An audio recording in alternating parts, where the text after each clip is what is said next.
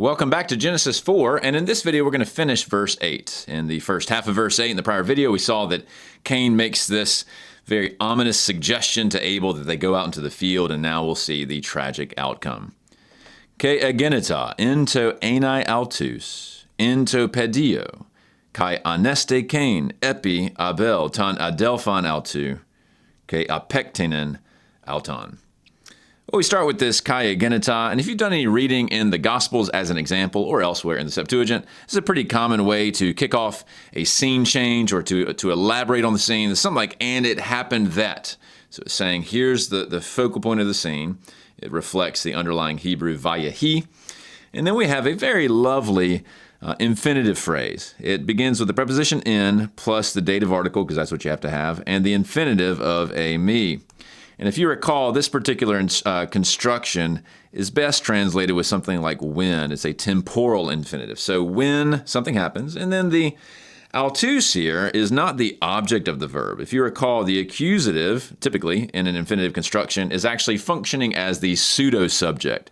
And so this would be something like, and it happened when they were. Now we got to finish the rest of it, but that's the basic idea. Well, what's happening? Into pedio. So this is another use of in, but it's a locational one. It's when they were in the field. That's where they had gone out in the prior half of the verse. So, and it happened that when they were in the field.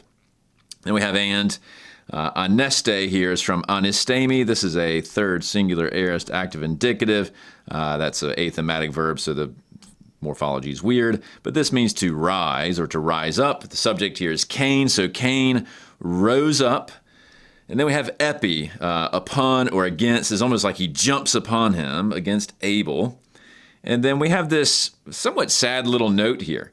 It's his brother. Just again, another reminder that they should have a most intimate of relationships as brothers and the two sons of Adam and Eve. But things are turning very dark here. And the final crescendo is apectenen, which is from apakteno. This is a third singular aorist active indicative. This means to kill. And so Cain basically rushes upon Abel, his brother, and kills him.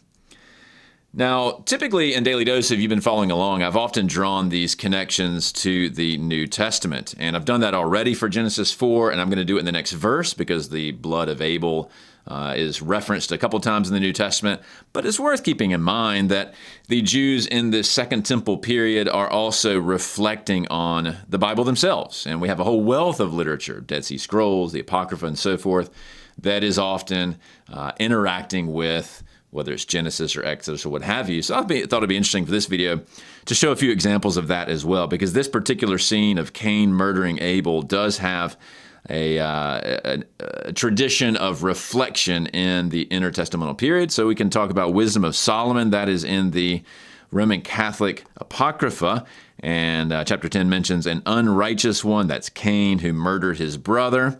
First Enoch here, that is part of the Old Testament pseudepigrapha, and it says, Abel, whom the brother Cain murdered, and it goes on to tell you more about it.